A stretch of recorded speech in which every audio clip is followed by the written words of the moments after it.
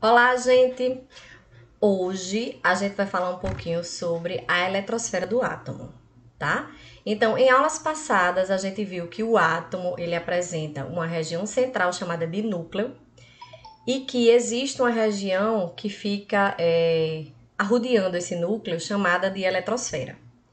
A gente viu que no núcleo é onde existem as cargas próton e as partículas neutras, né, que são os nêutrons. Os prótons têm carga positiva e os nêutrons não apresentam carga. E na eletrosfera do átomo existem os elétrons que apresentam carga negativa. Aí eu mostrei também para vocês que o elétron ele apresenta essa parte, né, central que é o núcleo, e que na eletrosfera, né, do átomo, que é essa região aqui amarela, os elétrons eles ficam girando em órbitas.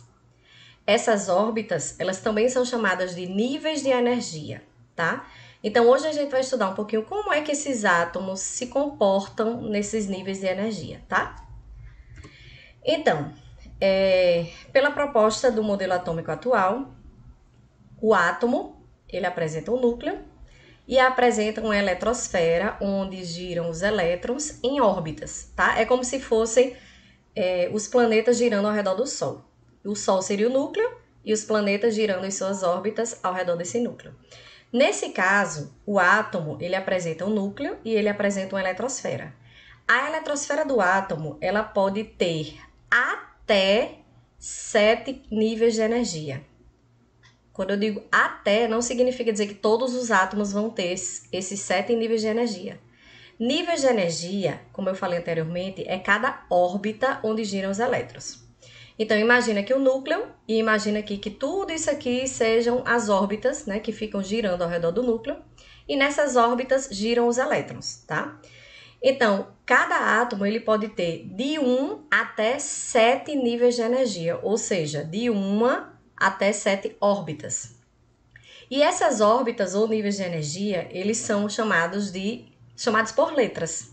E a primeira letra do primeiro nível de energia é chamado de K.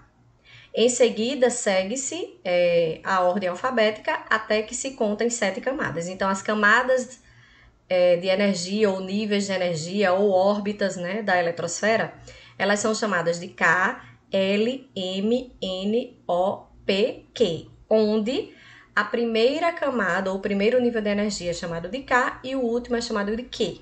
Se vocês contarem aqui, vocês podem ver que aqui existem as 7 órbitas que podem existir no átomo, tá certo? Então, o átomo ele tem o núcleo, tem a eletrosfera, que é onde giram os elétrons giram em órbitas, essas órbitas também podem ser chamadas de níveis de energia ou camadas eletrônicas, que podem ser de 1 até 7. Tem átomo que só tem uma camada, tem átomo que tem 2 camadas, né? Quando eu falar camadas eletrônicas, níveis de energia, órbitas, tanto faz, eu tô falando a mesma coisa, tá? Então, vamos lá.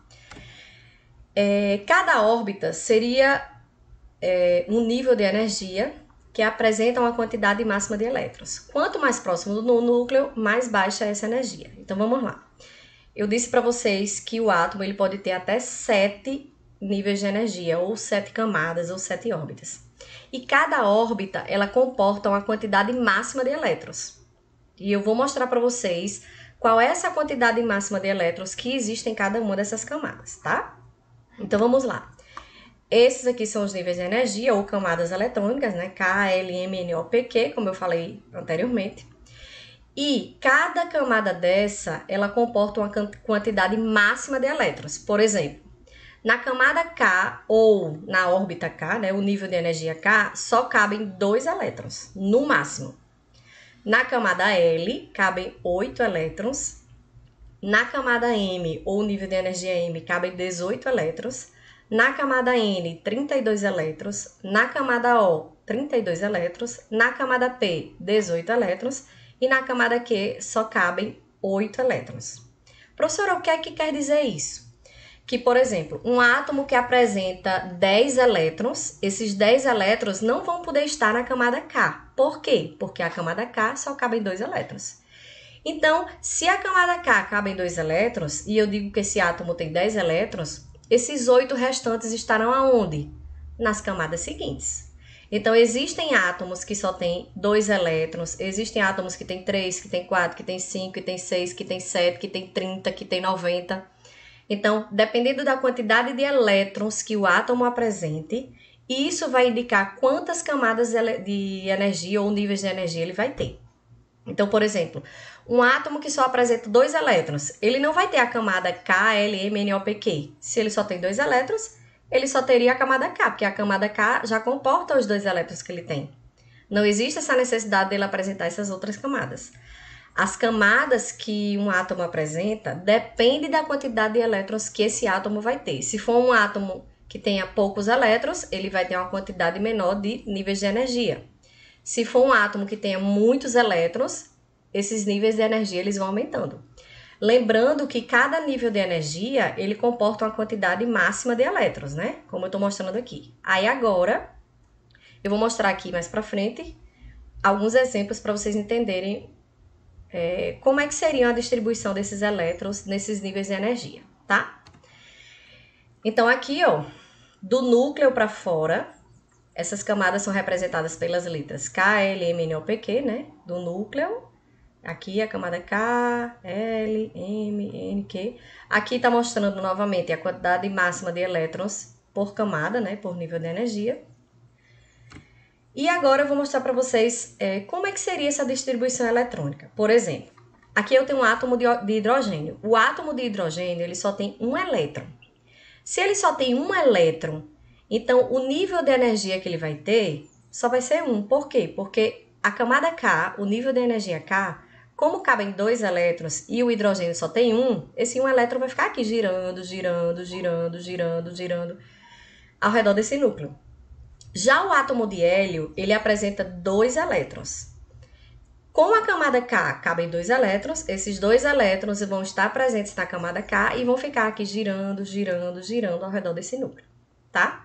Não tem a necessidade de haver as outras camadas, por quê? Porque a camada eletrônica, ou seja, o nível de energia só existe se tiver átomos ocupando ele. Se o átomo de hidrogênio só tem um elétron, só vai existir a camada K. O nível de energia K e ele vai ficar girando aqui.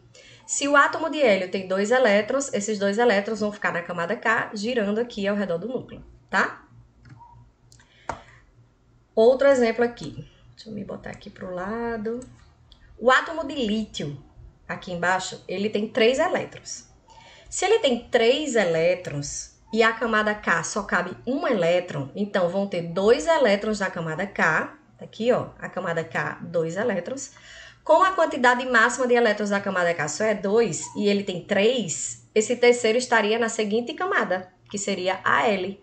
Lembra que a camada K, L, M, N, O, P, Q?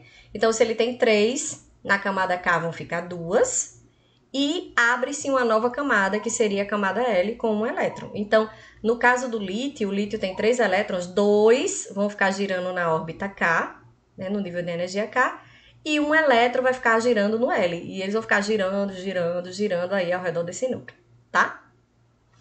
Aqui é o átomo de neônio, né? O átomo de neônio, aqui tá em inglês, né? Mas é neônio, ele apresenta, vamos lá, 1, 2, 3, 4, 5, 6, 7, 8, 9, 10.